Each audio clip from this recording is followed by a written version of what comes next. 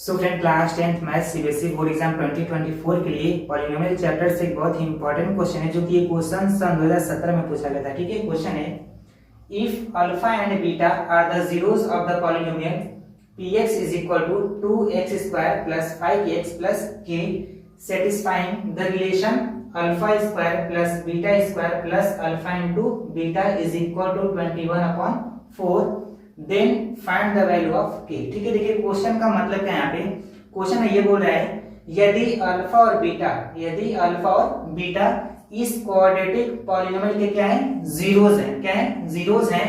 तो हमें k का वैल्यू फाइंड करना है जो इस रिलेशन को क्या करे, सेटिस्फाई करे। ठीक है, ध्यान से देखिएगा।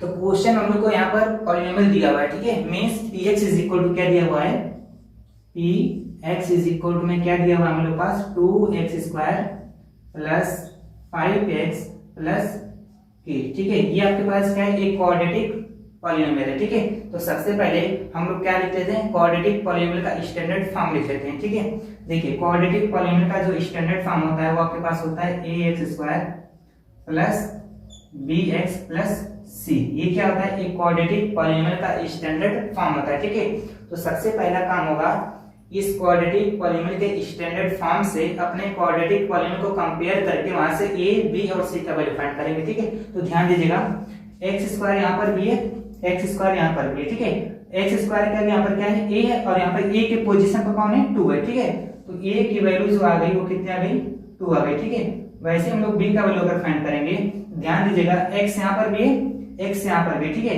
x के आगे यहाँ पर b है और यहाँ पर b की जगह कौन है, 5 है। ठीक है, तो b का वैल्यू कितना हो गया, 5 हो गया। ठीक है, वैसे अगर c का वैल्यू निकालें तो c क्या होता है, कांस्टेंट टर्म होता है। ठीक है, तो यहाँ पर कितना आपके पास k है। ठीक है, इतना करने के बाद अब ध्यान दीजिएगा, क्वेश्चन में ये बोला था कि अल्फा और बीटा इस क्वाड्रेटिक पॉलिनोमियल के क्या है, जीरोस हैं। ठीक है, तो हम लोग जानते हैं यहाँ पे कि alpha plus beta is equal to क्या होता है, माइनस बी अपॉन ए होता है। ठीक है, alpha plus beta is equal to क्या होता है, माइनस बी अपॉन ए होता है। ठीक, तो alpha plus beta is equal to, ये माइनस है तो माइनस हो जाएगा, b का वैल्यू कितना है यहाँ पर देख लीजिए, 5 है। ठीक है, b का वैल्यू कितना है, 5 है, तो यहाँ पुट कर देंगे 5 अपॉन a का वैल्यू कितना यहाँ पर 2 है। ठीक है, तो यहाँ पर 2 पुट कर देंगे, तो अल्फा प्लस बीटा की वैल्यू कितनी आ गई, -5/2 आ गई। ठीक है, अब निकाल लेते हैं हम लोग अल्फा इंटू बीटा का वैल्यू। ठीक है, अल्फा इंटू बीटा किसके इक्वल होता है, c/a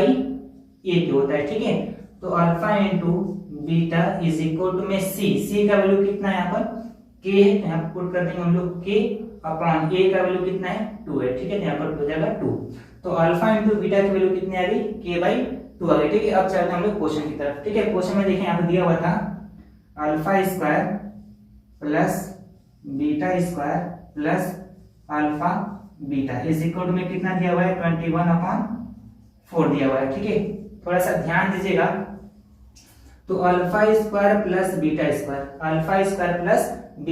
को हम लोग लिख सकते हैं क्या, अल्फा प्लस बीटा का whole square minus 2 alpha beta. ठीक है, और ये प्लस में कितना आपके पास अल्फा बीटा और इज इक्वल टू में कितना है, 21/4। ठीक है, ध्यान दीजिएगा, alpha square plus beta square को हम यहाँ तक लिखे हैं। ठीक है, क्या लिखे दिए हैं, अल्फा प्लस बीटा का whole square minus 2 alpha beta. ठीक है, और ये प्लस का अल्फा बीटा था और इज इक्वल टू में 21/4। ठीक है, ध्यान दीजिएगा, अल्फा प्लस बीटा का होल स्क्वायर। ठीक है, अब ध्यान दीजिएगा, ये माइनस का 2 अल्फा बीटा है और ये प्लस में अल्फा बीटा है। ठीक है, तो माइनस प्लस क्या हो जाएगा, माइनस हो जाएगा। ठीक है, 2 अल्फा बीटा में से अगर एक अल्फा बीटा को माइनस करेंगे तो यहाँ पर आपके पास बचेगा माइनस में अल्फा बीटा और इज इक्वल टू में कितना है, 21/4 हो जाएगा। ठीक है, कितने लोग का क्वेश्चन ये होगा कि alpha square plus beta square को इस तरीके से क्यों लिख दिया गया है। ठीक है, तो ध्यान देगा, यहाँ पर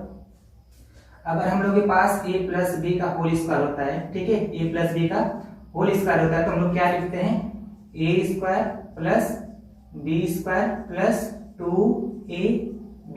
ठीक है, तो ध्यान दीजिएगा, अगर इसी a और b की जगह हम लेट कर लेते हैं अल्फा प्लस बीटा का होल स्क्वायर अगर करते हैं तो यहाँ पर क्या आएगा, alpha square plus beta square plus 2 alpha beta. ठीक है, क्या आएगा, 2 अल्फा बीटा का, ठीक है। अब ध्यान दीजिएगा, यहीं से अगर हम लोग alpha square plus beta square का वैल्यू निकालेंगे तो ये प्लस का 2 अल्फा बीटा है इक्वल की जगह क्या जाएगा, माइनस का जाएगा, ठीक है। मींस अल्फा प्लस बीटा का होल स्क्वायर, ये तो पहले से ही है, ठीक है। ये प्लस का 2 अल्फा बीटा है इक्वल की जगह क्या जाएगा, माइनस में कितना जाएगा 2 अल्फा बीटा और इज इक्वल टू में क्या बचेगा, alpha square plus beta square, ठीक है। तो इसी alpha square plus beta square को हम लोग इस तरीके से लिखते हैं, ठीक है। अब ध्यान दीजिएगा, अल्फा प्लस बीटा का वैल्यू पता है कितना है, माइनस का 5/2, ठीक है। तो यहाँ पर हम लोग पुट कर देंगे माइनस 5/2 और इसका क्या करेंगे हम लोग स्क्वायर कर देंगे, ठीक है। फिर ये माइनस है तो माइनस, देखिए अल्फा बीटा के बीच में यहाँ पर मल्टीप्लाई के साइन है, ठीक है, ध्यान दीजिएगा। तो अल्फा इंटू बीटा का वैल्यू कितना है यहाँ पर k/2 है, तो यहाँ पर क्या पुट करें हम लोग k/2 और इज इक्वल टू में कितना आपके पास 21/4 है, ठीक है। ध्यान दीजिएगा, यहाँ पे सॉल्व कर देते हैं हम लोग, देखिए -5 का स्क्वायर करेंगे तो ये कितना है आपके पास 25 जब 2 का स्क्वायर करेंगे तो ये कितना आ जाएगा 4 आ जाएगा, ठीक है।